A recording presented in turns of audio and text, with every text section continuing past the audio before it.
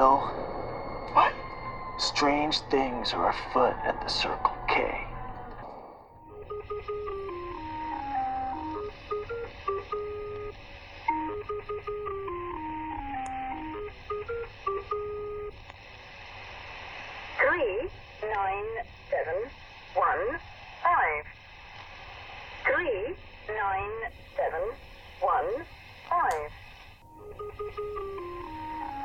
Welcome to this week's episode of Bigfoot for Breakfast. My name is Kale, and I am here to ruin your life. Bigfoot for Breakfast, home of the mysterious and the macabre, where we sit in the basement every week challenging conventional thought. This is Samantha Carter. And Sarah Jones. If you're here, hello. Are any of us really here? Let's go.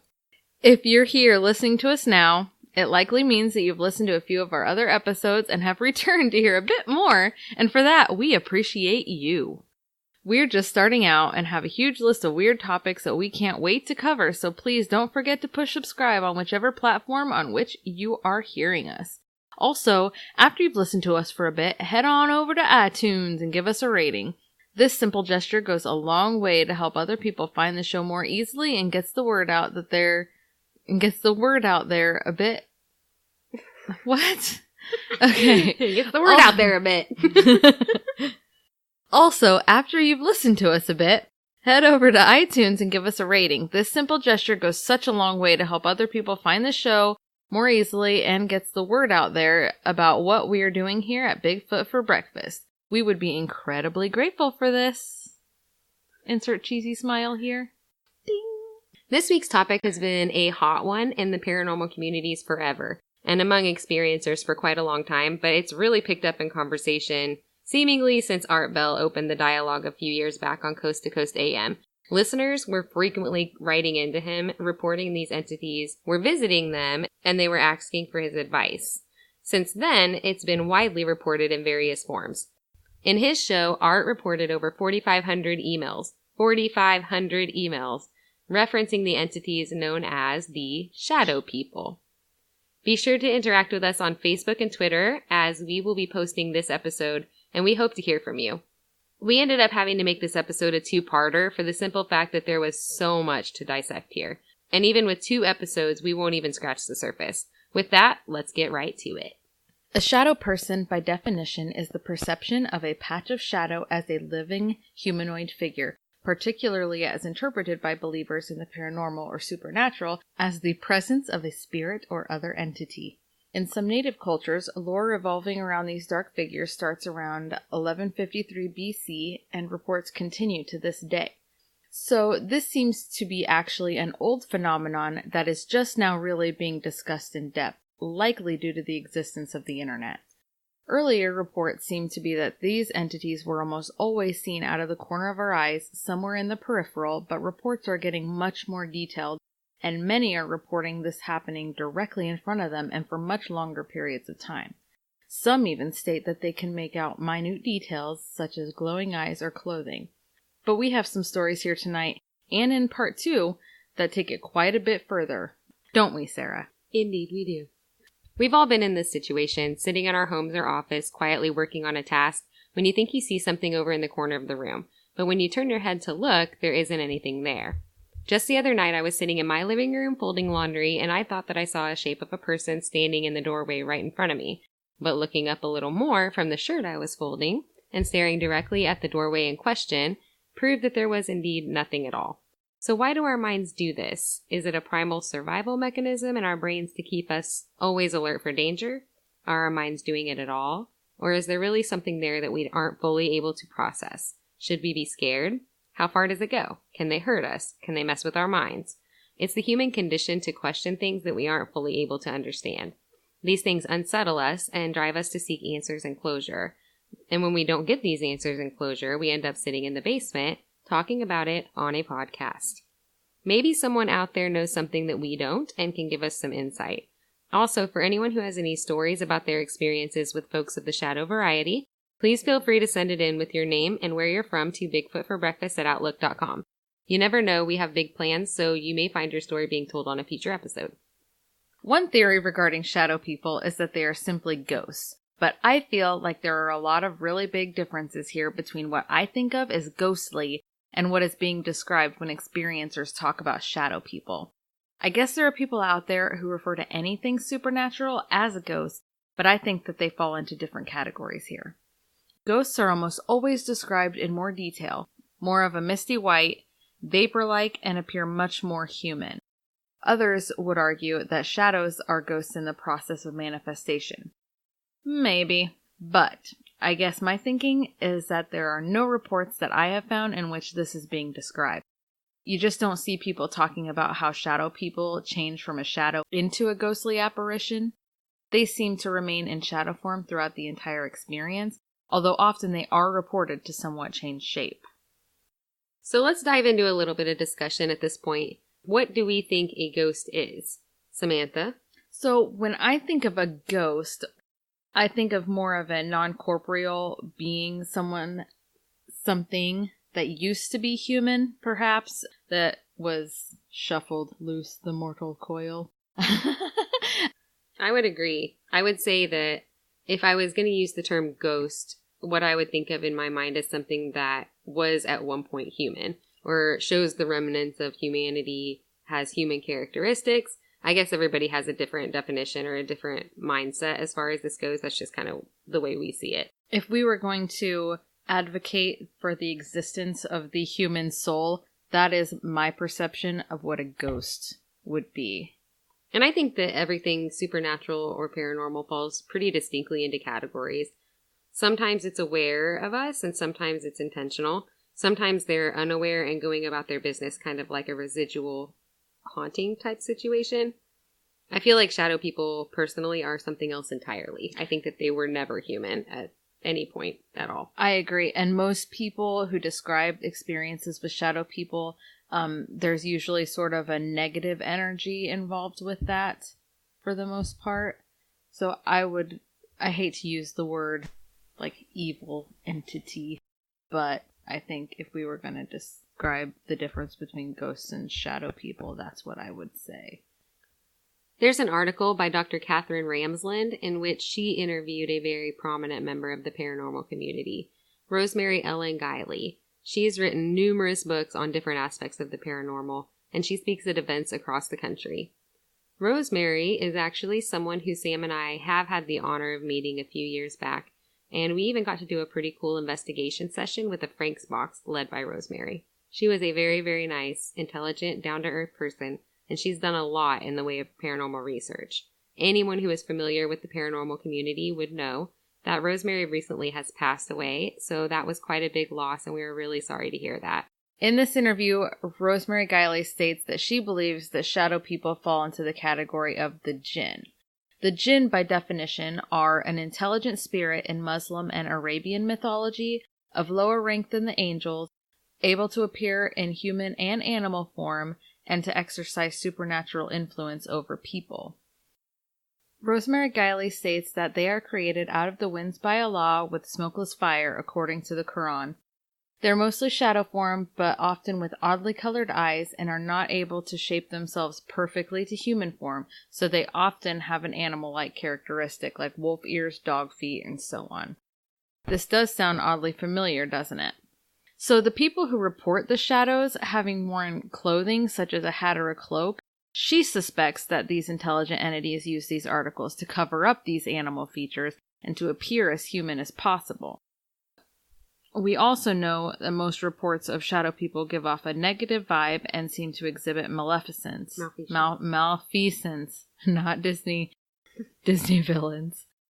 Maleficent is not in there. We hate to implicate her. People have reported being attacked, feeling threatened, and even an overall sense of overwhelming dread when a shadow person is present. Reading the interview with Miss Guiley, I gather that the Quran states that the Jinn were actually here on Earth before humans were, and that they were pushed out by us, and that this has caused a great deal of hostility towards us. So maybe that would explain some of the negative interactions. So they're just standing around mean-mugging us. Mean-mugging. She states that the Jinn have a long-standing, deeply embedded presence among us. Their interference with human affairs is extensive as well. So this somewhat makes sense that they would present themselves in such a way to make us feel inferior or upset the positive flow of our daily lives. And who knows if it stops there? How do we know how much negativity they bring to the table? Okay, so when we're looking through her research, and she's describing the Djinn as having been on Earth before humans and that they were pushed out by us, which caused a great deal of hostility. It's kind of comparable to the stories known in Christian creationism, comparing the Djinn to the angels, how God created the angels before the humans, but then the humans got preferential treatment, which caused hostility between angels and humans and actually leads to the story of Lucifer being cast into hell.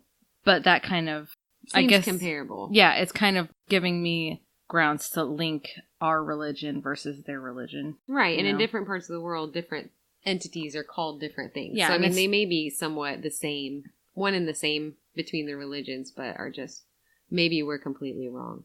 And there's just different perceptions, I guess. Let us know. Let's talk about it. Let us know what you think about that. A guy named Michael told his story in a ThoughtCo article, and we wanted to include it here because for the most part, this is the type of behavior that I have mostly read and heard reported regarding shadow people. Either they're extremely fleeting and the whole encounter lasts 1 to 2 seconds, or it's something similar to this. I woke up during the night. I had just bought a house and spent the day painting before I moved in. My friends left for the night, but I decided to sleep in a beanbag chair. I awoke feeling thirsty and went to the bathroom for a glass of water. That's when I got a distinct feeling that someone was watching me. There at the top of the basement stairs and in front of the light switch, I could distinctly make out the figure of what I automatically assumed was my good friend Larry. God damn it, Larry. I called out to the figure, which didn't respond. Larry. Larry! Larry, I shouted. I was still absolutely convinced that I was looking at a living person. My guard went up with the dangerous possibilities of who it could be. Not Larry. It's not Larry. I took out my pocket knife in case I needed to shank Larry. I took out my pocket knife in case I needed to defend myself. Then, in an instant, the shadow moved forward in my direction. I lunged forward with the pocket knife extended outward. I saw the shadow move into my arms as if deliberately trying to impale itself on my weapon, and it kept on coming. My guard went up with the dangerous possibilities of who it could be.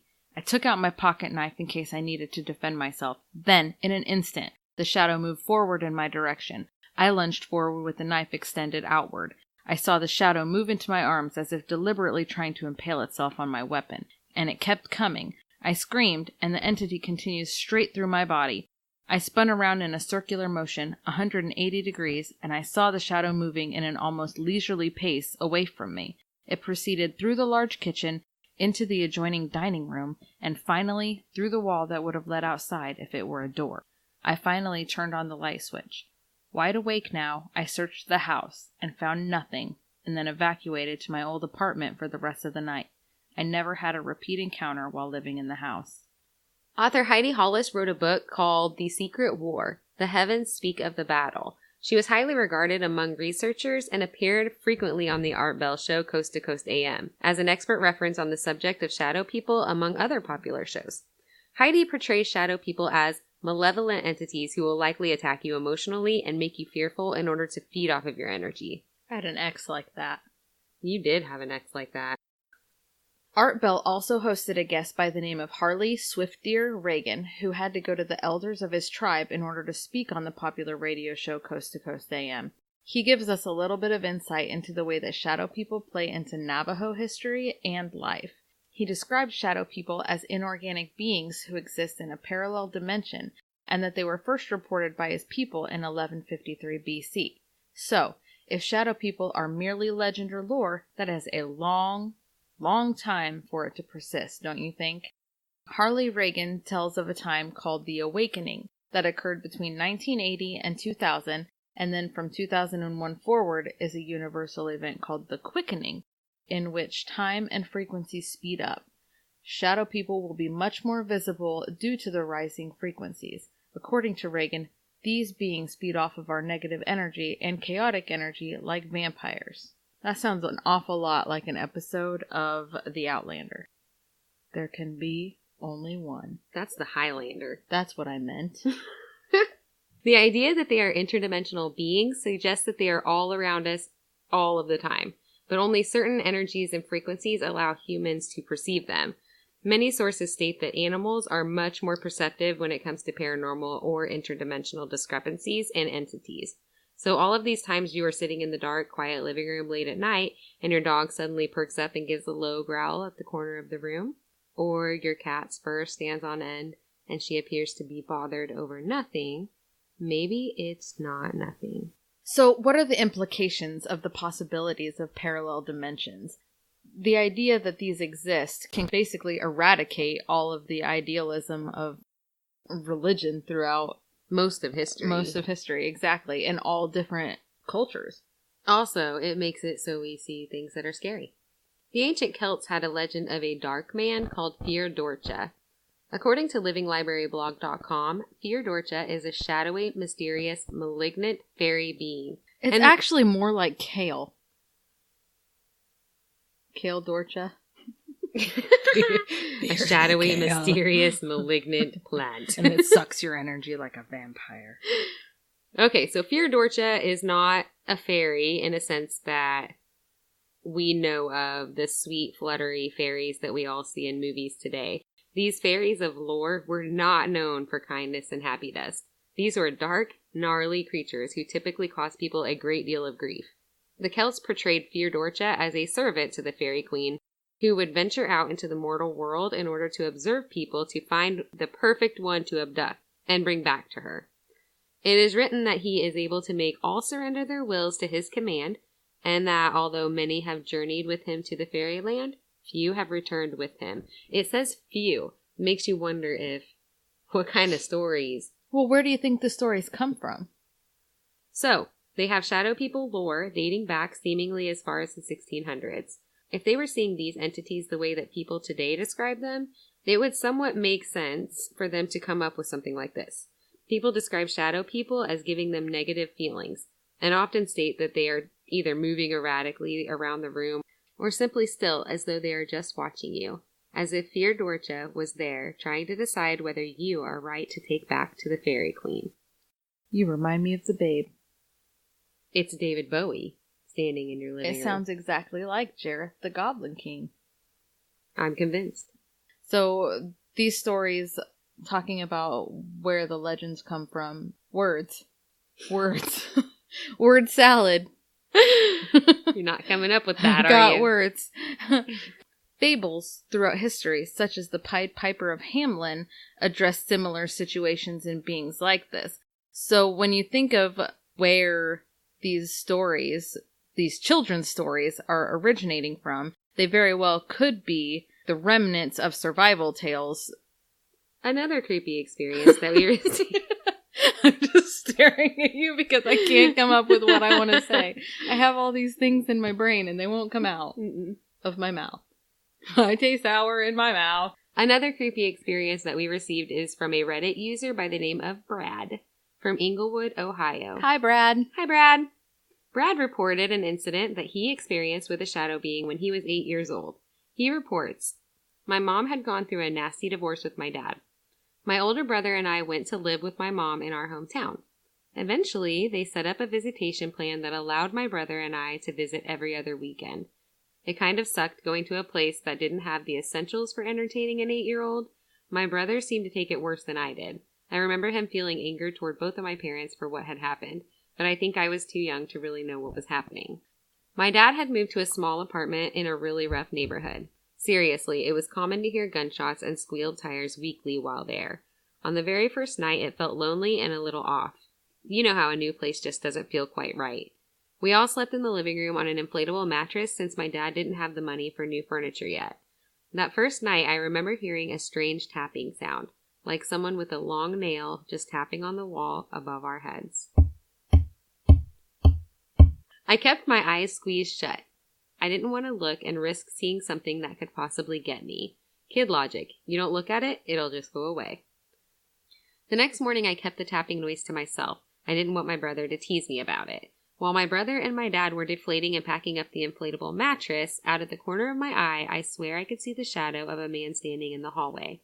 but whenever I would turn and look, there wouldn't be anyone there. I shrugged it off and went back to watching my brother and dad struggle with folding the mattress. But I always felt like there was someone else there watching me. I don't really remember the rest of the day. I know we didn't spend much time at the apartment since there wasn't a whole lot to do. My dad had a whole weekend planned for us outside, so we wouldn't be bored, I guess. Later that night, we finally arrived back at the apartment. It was around 8 or 9 p.m. The sun had begun to set.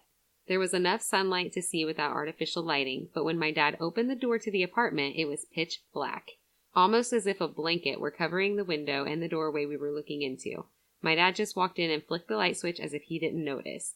That's another common element reported with shadow people. A lot of people will see them when it's already dark in the room, and they say that it's frequently described as blacker than the night. That night wasn't much different. Just before falling asleep, another set of tapping occurred just above my head. After what felt like an hour of tapping, I just couldn't stand it anymore. I had to know what was causing it. I slowly opened my eyes, and I could not believe what I saw. It looked as if a man, all shadow, was clinging to the wall. It reminded me of Venom or Spider-Man, the way they would cling to walls, but this thing had no distinguishable features. No face, no clothes that I could tell. He just hung there, above my head. His free hand was planted by his feet, and one gnarled claw tapped ever so gently against the wall. I was so terrified, too terrified to scream or even move. What was it? I must have begun shaking, because a few moments later my dad shifted next to me and he said, "Are you cold?" As soon as he said that, the shadow thing pulled itself into the shadow of the wall and was gone. I never slept peacefully in that place again. So I also have to point out the fact that the dad did not see the shadow being in the living room the way this guy did as a child. This is another example of how kids are more in tune to things in the universe. And I think this is because as adults, our minds are consumed by other things. Bills, kids, school events, and we were constantly just planning our next move through life. So we're really distracted, where kids, most of their focus is on their environment and self-preservation. So they're more in tune and receptive to things going on around them than we are. And they're also, their minds aren't jaded to the experiences. We're all taught that, it's taboo. Exactly. So we talked about shadow people as interdimensional beings, but some people out there pose the idea that the shadows we are seeing are merely fleeting visions of astral projection, and that these entities are in fact time travelers who are moving through dimensions to another period, and visions of them are bleeding through to our dimension. So for those of you who aren't super familiar with the concept of astral projection, or even vaguely familiar, here's a quick rundown. The concept of astral projection is an intentional out-of-body experience. People like Larry, capable of separating their physical consciousness from their astral. Their physical body from their consciousness. Yeah, that. So we're still under the understanding that this was indeed Larry. Well, yeah. In astral form. Larry be creeping. Yeah, get out of here, Larry. Not again. So these people are able to make the astral body travel outside of the physical body and throughout time and space, so they can visit different times, different areas in the universe. And this is common practice all over the world, apparently. There's stories or conversations about this happening all over. So it's not just limited to one culture. The concept may or may not be related to time travel, but some people would argue that that is a possibility. Right. So basically, what about the idea that, sorry, I interrupted you. That's okay. Go ahead. What about the idea that when you're seeing shadow people, it's actually maybe a shadow of your future self coming back to look at you? That's something to think about. Maybe it's you in the future going back and it's the ghost of Christmas past and you're like, I don't want to be here anymore. I fucked up. I want to go back. Or maybe it's them looking at an alternate future saying, okay, now I've seen what I've done wrong and I will fix the error of my ways because I don't ever want to live this life. Just some food for thought. So someone is just traveling through your space. Maybe it's not you. Maybe it's just someone passing through. Larry. I'm going to say hello. Right. On their way to somewhere else.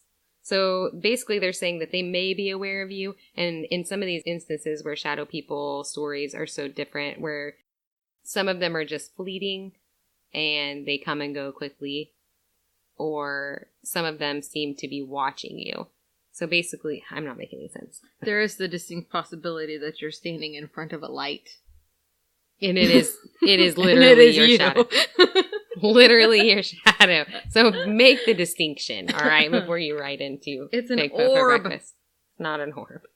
So basically people are saying that it's just someone traveling through your space on their way to somewhere else. So these stories that vastly vary, where some people describe the shadow beings as fleeting and they just kind of come and go, versus the people who say that they seem to be watching them, interacting with them, touching them, which is just insanely creepy. I can't imagine that happening to anybody for real. They're either aware of you or they're not, just depending on which type of time traveler we're dealing with. But then there's also the difference that it is the perception of the person that creates the different experience. Exactly. It could be either that or just simply a glimpse into another dimension, like an accidental bleed through. Or two worlds existing at the same time on different planes who accidentally bleed. That's exactly over what I each other. just said. Not really. You're talking about time travel. It's fine. It's kind of funny. It's not. It's really funny. Or, how about this idea? I'm going to reword what you just said. I like it. I like your style. I agree. I concur. I concur. Keep in mind also that many experiences seem to happen during periods when a person is just awakening, or just about to fall asleep, or during a time of sleep paralysis, which is something that I recently learned about in the past few years and sounds absolutely horrifying. When you're in these stages of consciousness, it's said that hallucinations are common, and your mind tends to play on your fears. As far as sleep paralysis goes, scientists say that at least 20% of the population will experience an episode like this. 20%. I've thankfully never had to experience the craziness that is sleep paralysis, but I feel that those odds of 20% are a lot bigger than I would like them to be. For those of you who have never experienced or heard of sleep paralysis, let me give you a description. It's a feeling of being conscious but unable to move. It happens when a person passes between stages of wakefulness and sleep. Often, you're unable to move or speak for a few seconds up to a few minutes, and some people also experience a feeling of pressure or a sense of choking. We will be covering sleep paralysis on its own in a future episode, and we will hopefully gather a few interviews for you, but for this episode, sleep paralysis is important to throw in because many people have a sense of someone in their room during paralysis. Most often, people describe seeing them as large, shadowy figures. Coincidence? I think not. Sometimes they're reported as moving around, seeming to be aware of the sleeper and somewhat taunting them. This version of self-aware, malicious shadow people are, to me, so much more terrifying than the fleeting ones that we talked about earlier. Some report that they are still, as though they are watching the sleeper. The sleeper will often report hearing indiscernible voices while the shadow person or people are present. What? To me, this sounds like it belongs in my top 5 worst situations in the world. Top 1, toilet spiders. That is no joke. I'm one of those people that throws their shoes on the ground before I put them on to make sure there's not a spider. Is that a thing that other people do? Although it's often reported to last for under a period of 30 seconds, typically the person experiencing it will often say that it seems like forever. I can imagine that is true. Scientifically, they say that there's a simple explanation for sleep paralysis. Your brain and body just aren't synced to an awakening, in that your mind wakes a little faster than your body, and since you're paralyzed during sleep, your body won't even move when your brain is asking it to. So, are you, though, paralyzed while you're asleep? Because when I wear a tank top to sleep, it moves. Like, I'm gonna wake up with my shirt wrapped around my neck, so am I really just laying there? Nah. I don't think you're paralyzed when you're asleep. I think that it just means involuntarily. You know what I mean? Maybe. Your brain isn't able to make voluntary movements, but your body will involuntarily respond to, like, if you're hot. Be careful when you answer the door for the UPS guy. Oh, hi, Larry. What you doing in my house? Again? Okay. As far as the widely reported shadow people, they explain that it's simply a hallucination that you're experiencing in a dreamlike state. So, if your mind is awake, why are you dreaming? And why are the reports so vastly... I know what you're thinking. Why are you white? You can't just ask people why they're dreaming. Why are you white? It's really funny that the second I giggled, you knew. I knew exactly. You knew where I was going. We spend way too much Never time go here. full Regina George. Why are the reports so vastly similar in that people are talking about seeing the same types of entities and hearing these disturbing voices?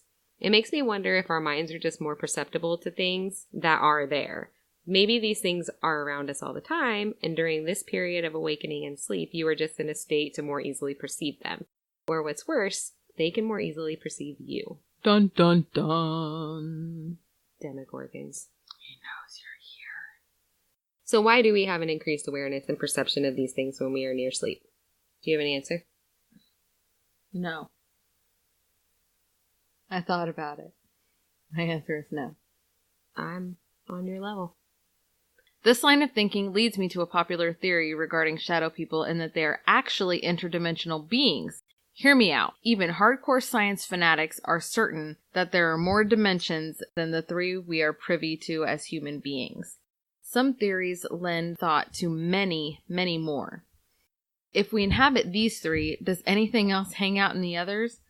The upside down.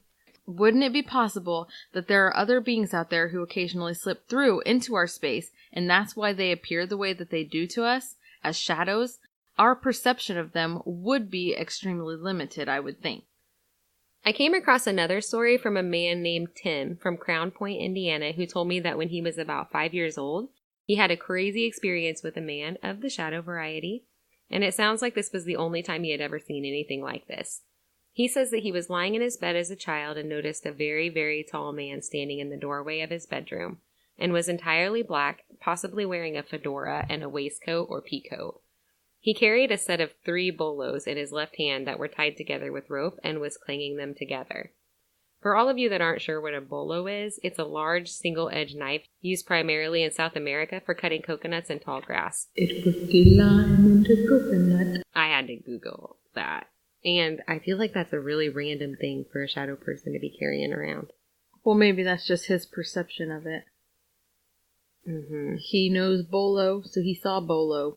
Okay. He says that he began to speak to the shadow person, and before he could get the words out, it said, "Get away from me," in a very low, grumbly voice, and he remembers his knees jumping up under the covers. He screamed for his dad, and his dad came in and got him. He estimates this to have happened around 1982. The shadow people have been talked about or interpreted in different ways throughout history. The Choctaw Indians have different versions of the shadow man that I found interesting. One version is called the Nalusa Cheeto. Chester Cheetah. One version is called the Naluso Cheeto, or the Soul Eater. The Soul Eater creeps up on a person, entering and eating your soul. So it enters and eats it? It's in your soul I think and then it eats itself? enters your body. Enters your body, okay. The Soul Eater creeps up on a person, entering your body and eating your soul when you allow evil thoughts or depression to set into your mind. Another is called the Nalusa Philea, who would appear extremely frightening in his shadow form by sliding towards people on his stomach like a snake. And if that is not something out of your worst damn nightmare, I have no idea what would be, or I don't want to know. Also, I want to point out that there's yet another culture who describes these shadow people as being frequent during down times in your life, when you're depressed or having bad thoughts, or just generally things aren't going right. Times when you need Dr. Phil. Maybe Dr. Phil. You leave the good doctor alone. Their last version of the shadow person is called the Hashik Aqua Huiga. And only, is that right? Sorry. Yeah, it is. I just involuntarily. Only his heart is visible. I feel you, Hashik. This somewhat resembles the will-o'-the-wisp out of Irish folklore in this way. It also resembles will-o'-the-wisp because the entity would use his intriguing light, that was his heart, to fascinate people into following him and lead them astray. I always wondered where the will-o'-the-wisp led them. Like, what were his intentions? Was he good? Was he a good guy? Or was he a bad guy? I don't remember, honestly. I have a whole book on it, and I don't remember. We should find out. Yeah.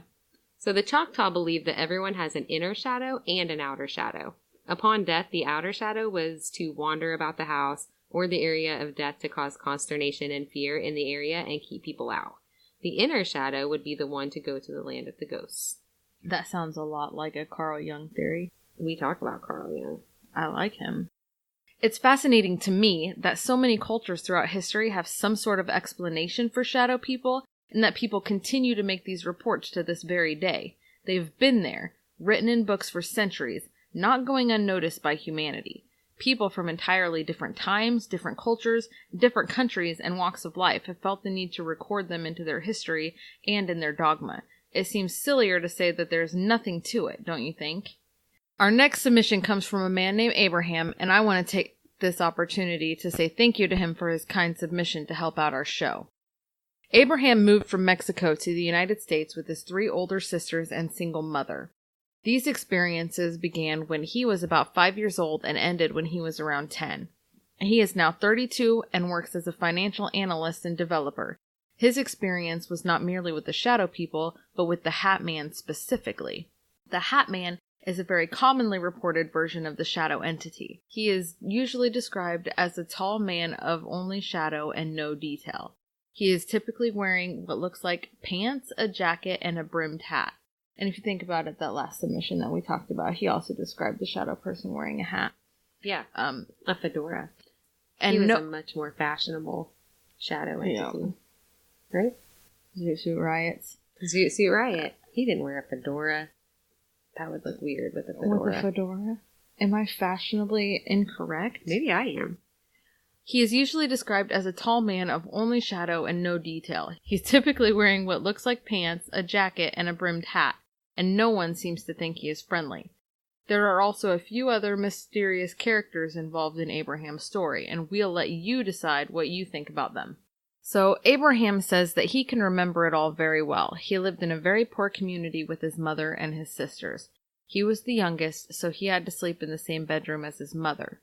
He doesn't recall how it all started, but at 5 years old, he can recall being terrified to go to sleep because he knew that the Hat Man would be there.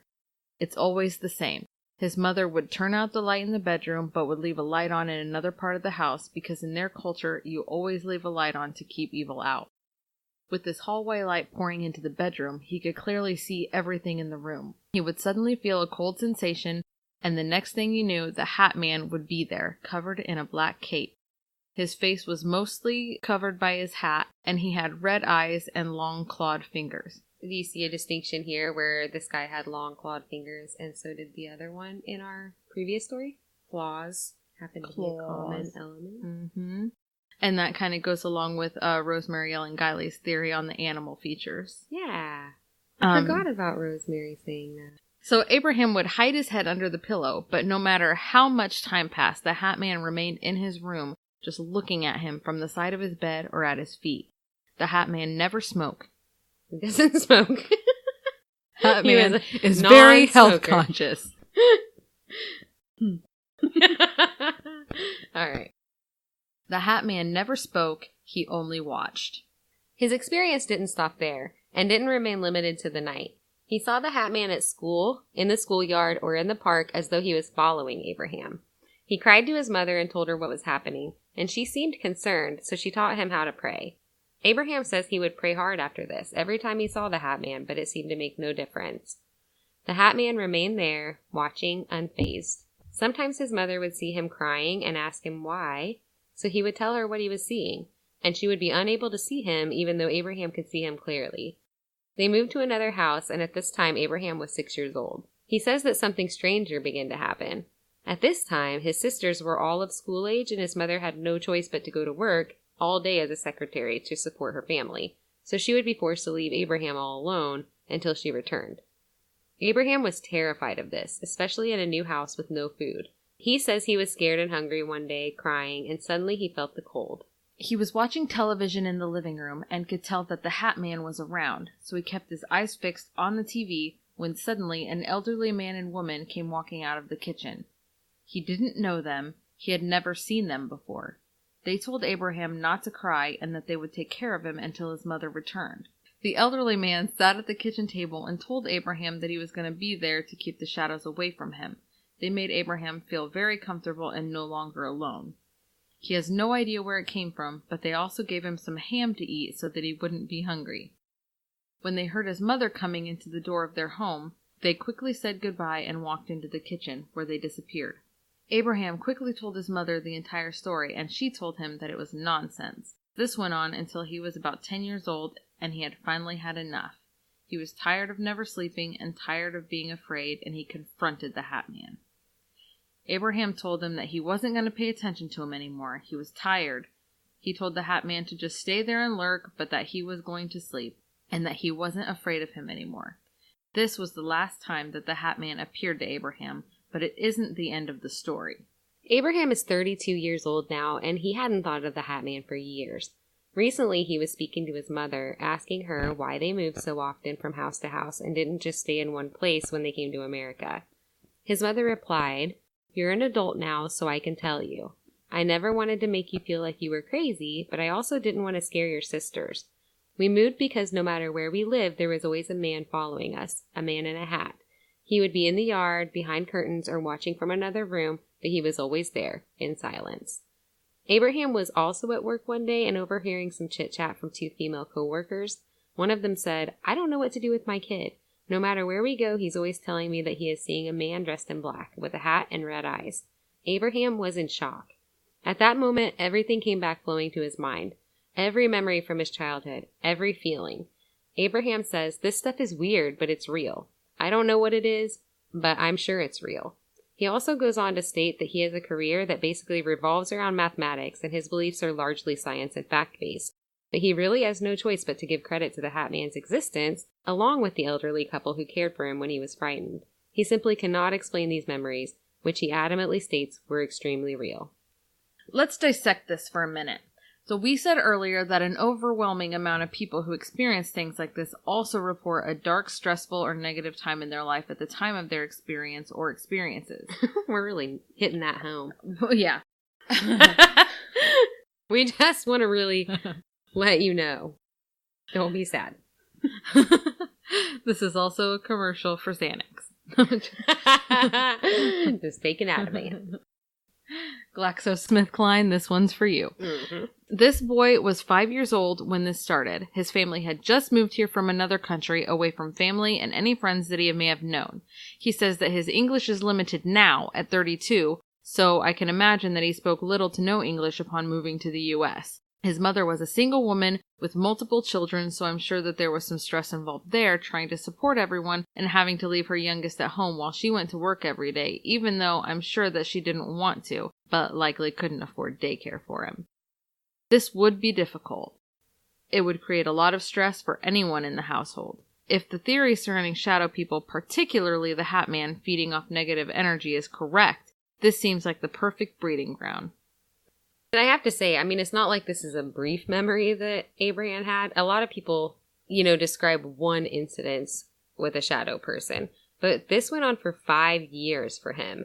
Just sit and think about how long that is, really. This would make a person extremely sure that this wasn't their imagination. So we've talked about shadow people in a sense that we see them in our homes, and they're usually pretty fleeting. We don't hear a lot of people talk about shadow people that they see while they are out and about, in broad daylight, or on a city street, in a busy cafe. They don't seem to come around like that. But once in a while you come across a different type of story that involves shadow people. This one is super weird and remains a total mystery to this day. The story begins with brother and sister, 53-year-old Linda Ortega and Eddie Huff, who is 56 years old. They had gone for a walk in the woods of north-central Arkansas. The two weren't native to the area and had come from Oklahoma to stay with relatives here. It was a Saturday morning when they had departed into the forest for their stroll, and it wouldn't be until Monday before Eddie would re-emerge from it. Ooh, right?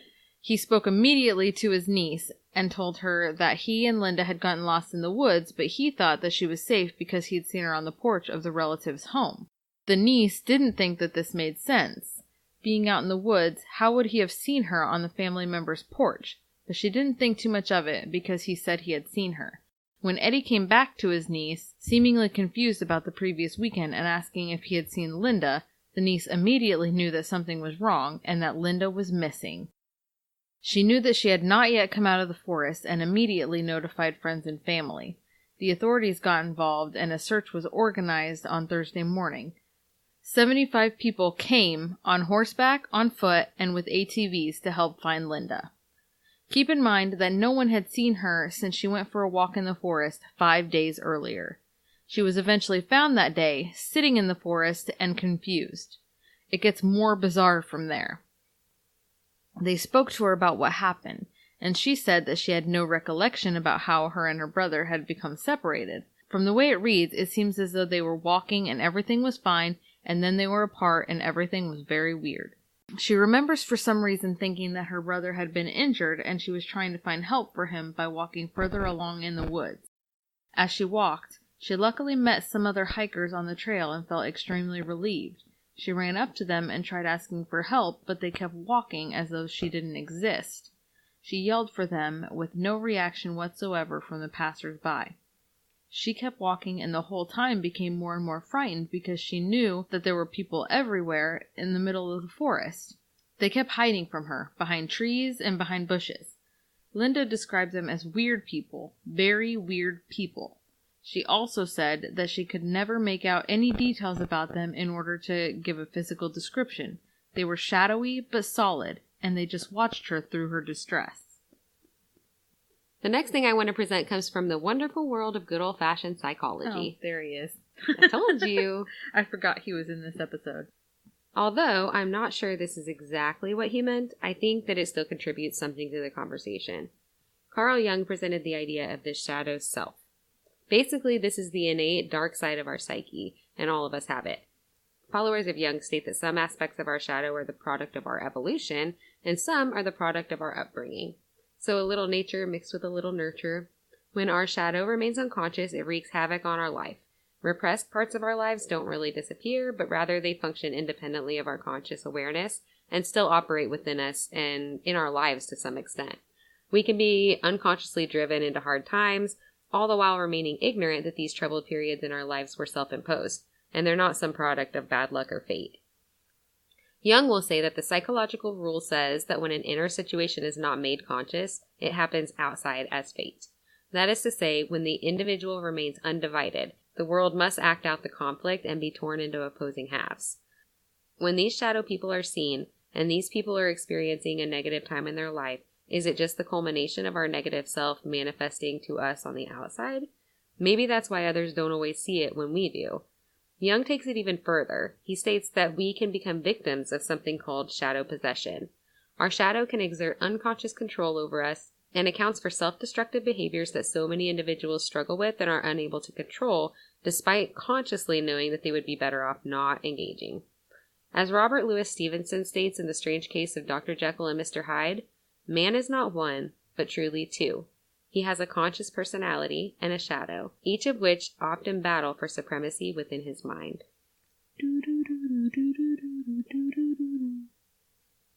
That was this week's episode of Bigfoot for Breakfast with many more to come. And don't forget to tune in next week for part 2 of the Shadow People episode. Among other things, we have a pretty great interview for you with a really nice guy who has kindly offered to share 2 experiences of his own with our listeners. If anyone feels so inclined to help a couple of really nice girls out, please press the subscribe button and listen to us weekly as new episodes will be up every Monday. We are really nice. We are. Well, I am. No, I'm not. She is. So check out our show notes and transcripts at bigfootforbreakfast.com. And after you've heard a few episodes, please don't forget to take a few minutes to give us a rating and a comment for the show on iTunes. It doesn't sound super important, but these are the things that will keep the show going. And they also let us know what you think, because for real, we want to know what you think. Rating and commenting on iTunes also helps make the show easier to find for others, which we would very much appreciate. Thank you so much for listening, and we hope you'll stick with us. We'll end this episode with a creepy quote from Paul Eno. There are an infinite number of universes existing side by side, and through which our consciousness constantly pass. In these, all possibilities exist. You are alive in some, long dead in others, and never existed in still others. Many of our ghosts could indeed be visions of people going about their business in parallel universes or other times. Until next episode, stay in school and remember to use coconut oil when cooking your kale so it's easier to scrape in the trash. Larry! Larry!